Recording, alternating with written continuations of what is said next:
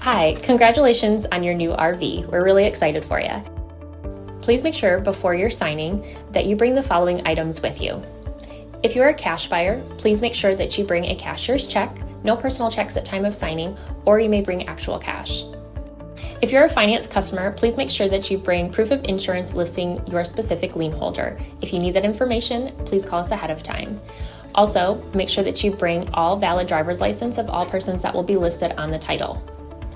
If you have a trade that you're trading in with us, please make sure that you bring your 10-day payoff as well as your title and all persons who will be listed on the title of that trade. Arrive 30 minutes early before your appointment time so we can properly inspect your unit, and also make sure that you have the fridge on and running prior to arrival. If you have any questions, please feel free to give us a call at 810-686-0710. Thanks so much. Have a great day. Hello, this is Mike with TradeWinds RV Center, here to congratulate you on your Catalina Trailblazer 30 THS travel trailer toy hauler. I'm going to walk you around it, show you how to use a few things, get the best out of your camping experience. So let's start by talking about arriving at the campsite. A couple things to take into consideration when parking your rig. On your campsite, you're going to want to leave plenty of room for that awning to come in and out. On your off campsite, you got a little slide, but besides your slide, I also want you to think about where your power and water connections are going to be. Leave room for this to come in and out. And then your power is going to be right behind your tires on your driver's side of your tow vehicle. And then back up front, just behind the front on your driver's side, is where your water connection is going to be for campsites. So park accordingly so you can utilize facilities at the campsite. Once you arrive, unhook your hitch. First thing we're going to do is level your unit. Your unit does come with a power tongue jack. Night docking light, should you arrive at night, simply raise or lower the unit until it's level. Now, for some reason, if you lose power, don't fret. Underneath this rubber stopper right here is a manual override that your hand crank will get this up and down with. Speaking of power, check your batteries every now and then. Make sure those haven't wiggled loose coming down the road. Once we got our unit level, next thing we're going to do is stabilize it. All four corners of the unit, you got these stabilizing jacks with a 3/4 inch hand crank. You can use an impact driver or drill gun. I just recommend you slow down when you get down to the bottom. I'm going to recommend stabilizing jack pads. Jack pads are going to protect the feet of your stabilizing jacks from dirt, debris, hot blacktop in the summer. It's going to better distribute the weight and keep those feet from sinking into the ground. So now, we're only going to run these down until they're taut. Remember, our unit's already level. All we're trying to do is stabilize it.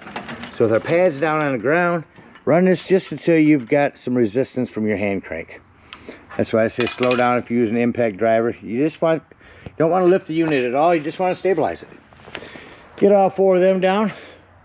Got our unit level and stable. We can go ahead and hook up our power and water. Big Shore power cord back here, 50 amp service plugs into the side here. Big pistol grip. Where they go in as they go in, and then turn to the right. Once it's on the right, go ahead and put this black washer on. That will hold that there. At the end of that 50 amp service, should you need, at the end, 50 to 30 dog bone they call it. And then if you ever need to plug in at home to a 110 or any other 110, 30 to 15 amp reducer, you can throw right on the end of that. Got your power hooked up. Let's hook up your water. At campsites, you're going to hook up to this city water connection.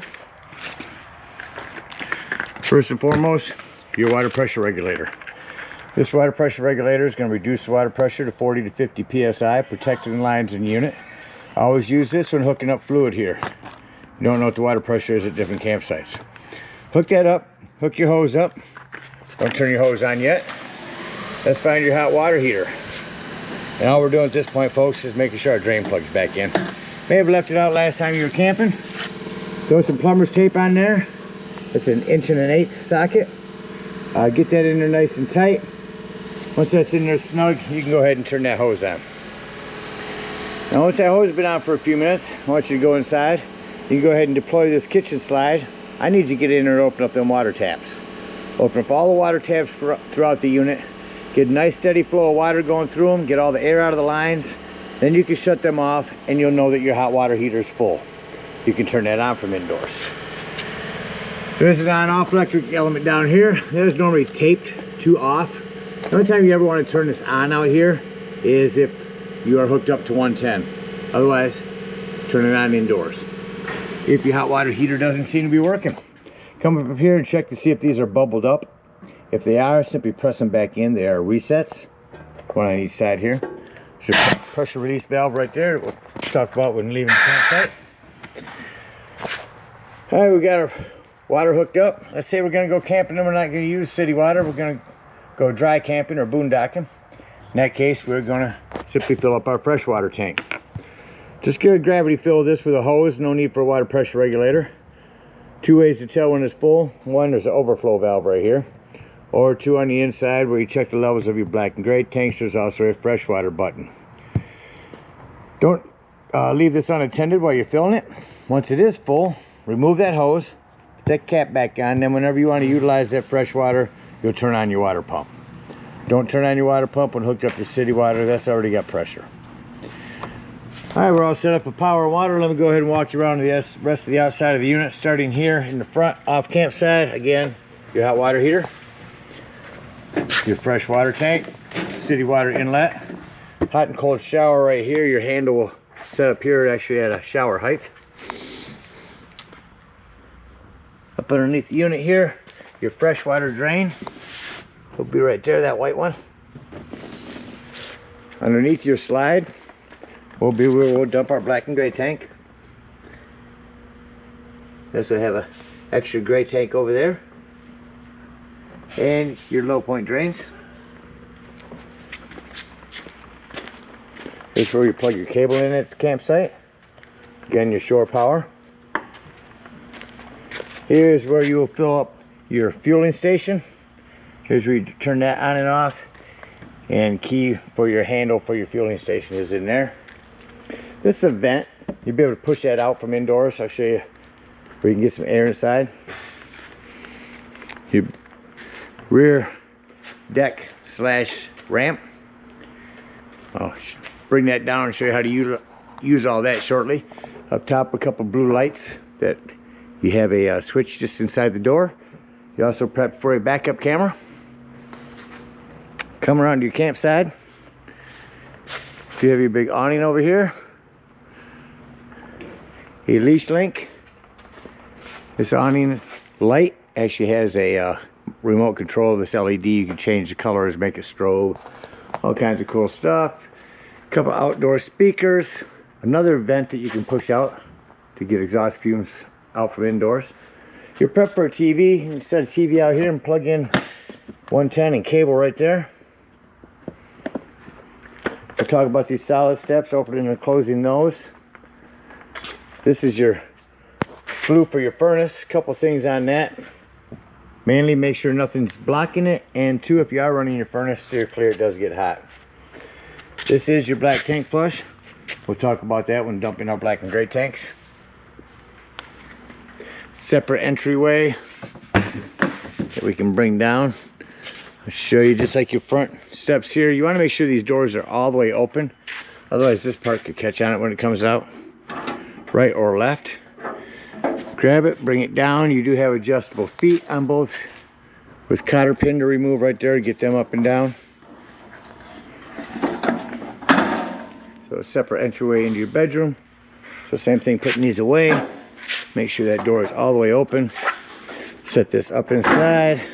Turn this right or left. That'll allow you to push it in and then put it straight to lock it.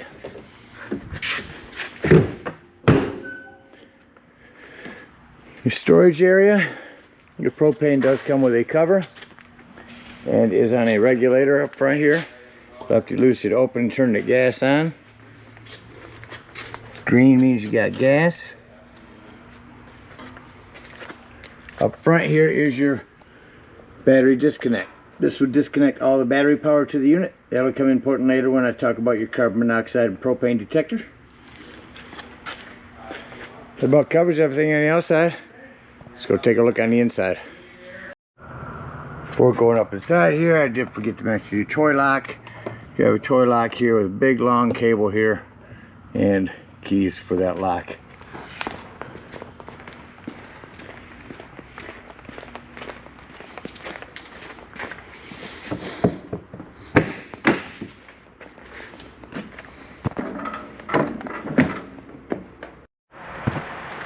Alright, let's go ahead and act like we're leaving the campsite and close the unit up. Alright, coming up in the unit, first thing I like to point out is your fire extinguisher. Make sure that you and everyone that's camping with you knows the fire extinguisher is located at the entry doorway. Immediately to your right, as we come in, is going to be a control panel.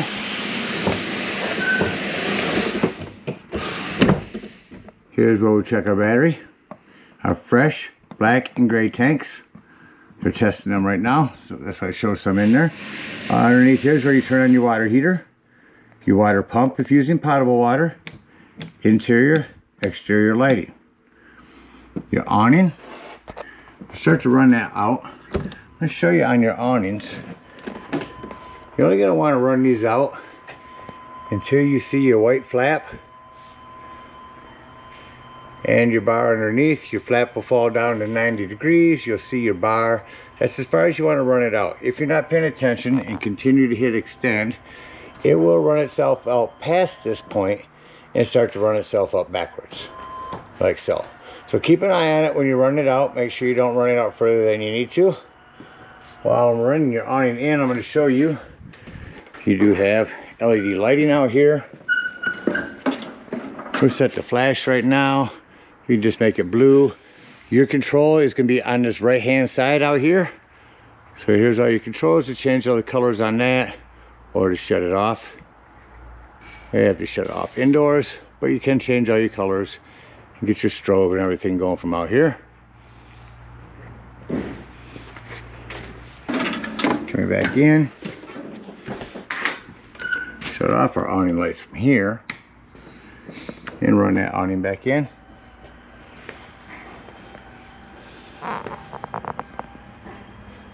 As it comes in, we'll go ahead and mention down here on the bottom is going to be our breaker box and fuses. Ton of 15s in there. I would recommend you have some of those with you when you go camping. To the left here is going to be your sound system.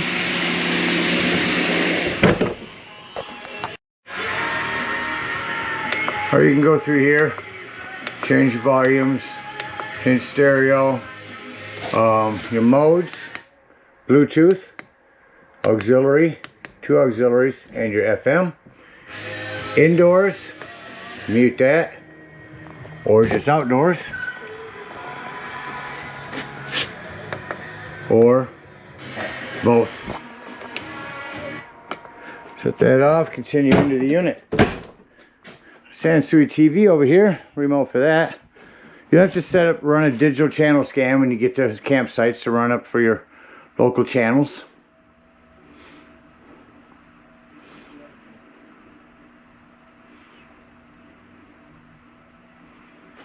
Not sure what much is going to come on inside this metal building, but there's your TV, how that works. Got a couple of recliners here. Some will just push back recline. All your tie downs. You have a hand crank open vent here. Push out vents. These are just simply push them out and that'll help air out any exhaust that you have in here. Then over here is your slide control. This is prepped for a thermostat. This is a battery disconnect simply for your fridge that will allow you to defrost your fridge without having to shut everything off. Coming into your kitchen, you got a couple covers for your sink. 110 USB ports here. Self-explanatory microwave. Now your cooktop here does have a light and a fan. Glass top here makes an excellent backsplash. Just flip that back, turn on your panel light, turn that to high, hit your spark, and there's your flame. Same thing, shut that back off. Same thing down here. On your oven, this last one here is your oven. Set that to light. Hit your spark down here, that will light it. And then set it to the desired temperature. No need for a pilot light anymore. Panel light also is an oven light. Your drawers, water lines, keep an eye on those. Mostly PEX nowadays. Those panels will simply remove with a couple screws. And keep an eye on your plumbing. In the hallway here is going to be your thermostat. Turn your AC on real quick. Hear that running? Shut that off. Turn on heat. Crank your heat up. Get your thermostat running, or your furnace running. I'm going to shut your furnace off. You'll notice that it takes a few minutes for the furnace fan to cycle through before it actually shuts off, compared to how quickly the AC fan shuts off. Coming all the way down to the floor from your thermostat is your 12-volt carbon monoxide propane detector. The reason I mentioned that's 12 volt, it's always running off your battery.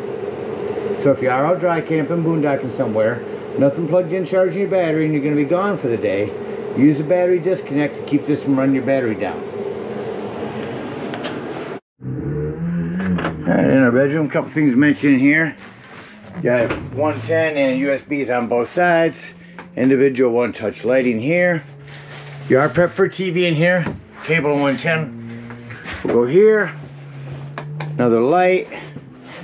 So I want to mention your spare tire is underneath this wood piece, underneath the storage here. And you got your big closet in here.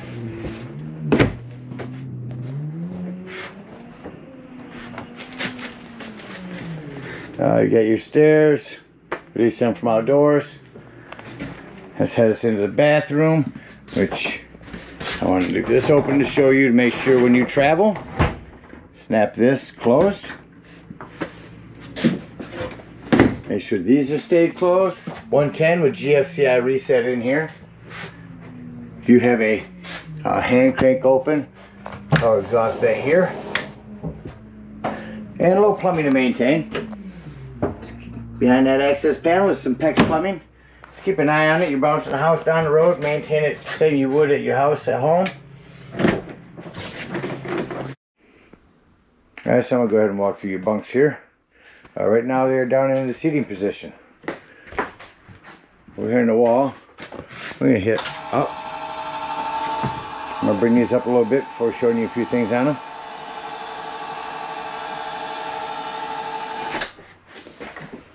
Now, these will roll forward. You want to make sure you pull back on this. This will tell you the same. Make sure they are pulled all the way back. That will allow you to roll this down. In sleeping position, open this up and have this leg down as well as that leg.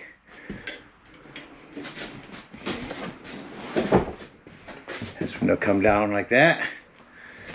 Now we're bringing it up. You go ahead and close that one as well as these on both sides. Yeah. Again, make sure this is pulled back. Roll this down. Bring it up some more. So right now your top bunk is locked up into that lock position.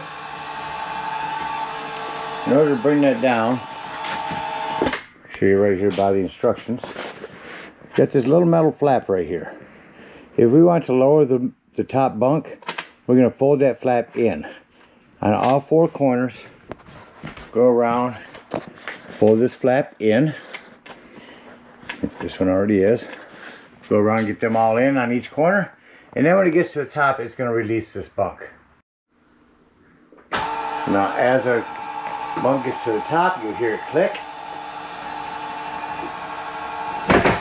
That just released the top bunk, and now because those metal pieces are folded in, that will bring our bunk down.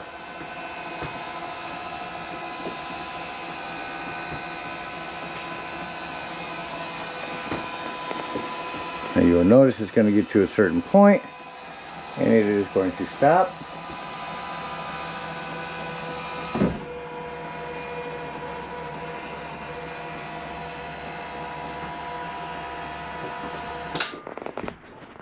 And then you'll continue by bringing your bunk down into a sleeping position. You can sit underneath this in the seating position with your seats up as well. When you go to sleep, when you use this as a bed, make sure that we go ahead and push these in. That's going to keep our end here from rocking in on us. We're going to bring that back up, lock our top bunk back up, and I'm going to show you one last position that these will go into. So now before I bring them up, I'm going to go ahead and fold all these back out so that when it gets to the top, it will lock up there. Let me get to these back corners here. Again, just lift this up. Use it with two hands. Just fold it back up and lock your doors.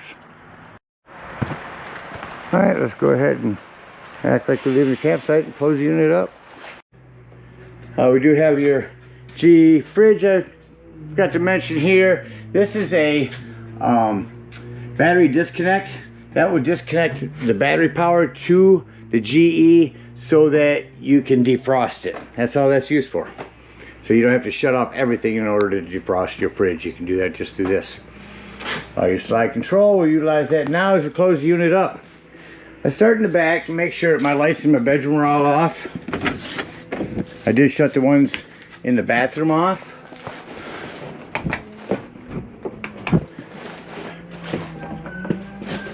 Now I'll come to my main control light, control panel, and shut off my interior lights. That way I can look around and see if there's any individual lighting I left on. Shut that one off, and one touch under here. Then go back to my control panel, turn my interior lights back on. Now I know I can shut off everything from here. And say doors and drawers. I'll make sure your TV's back in secure position. Everything back here is how you want it to be for travel. Everything's strapped down nice and tight. Everything in the bedrooms are closed and nothing is in here. Another drawer to close. Nothing is in here to impede your slide from coming in. So we're going to push in.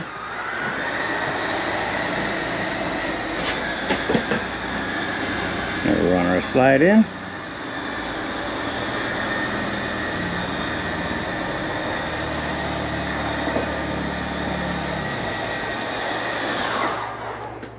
Slides in, shut off our interior lights, and exit the unit. Now again, the biggest thing to remember on these steps is to make sure this exterior door is all the way open before lifting it up. Otherwise that can catch in it. Set that inside, turn that to the right or left to get it to lock. Before you leave the dump station, and I say that in case you want to go inside and check your panels while you're dumping, make sure you lock and deadbolt this exterior door, lift and turn this handle. Alright, if we are out boondocking, we're going to come around and dump our freshwater tank and hit the road.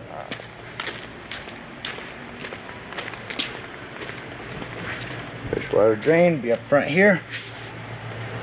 Dump that. Otherwise, if you're at a campsite, we're going to unhook our cable, our water, our power, bring up our stabilizing jacks, hook up our hitch, and head on up to the dump station. At the dump station, park accordingly. Your dump's going to be just in front of your tires here. I'm going to start here at the front with our black tank. Hook up your hose, put the other up into the dump, and pull that black handle. And once it sounds like that black handle is no longer draining, you're going to go inside, check your panel, make sure it is empty, leave that black handle open, grab the hose at the dump station, come to this black tank flush, put that hose in there and turn that on for a good 5 minutes. Again, I emphasize with that black tank fully open. Let that run for a good 5 minutes, wash all that nastiness out of there. When that's done, remove that hose. Make sure all that drain that you just put in there has drained out.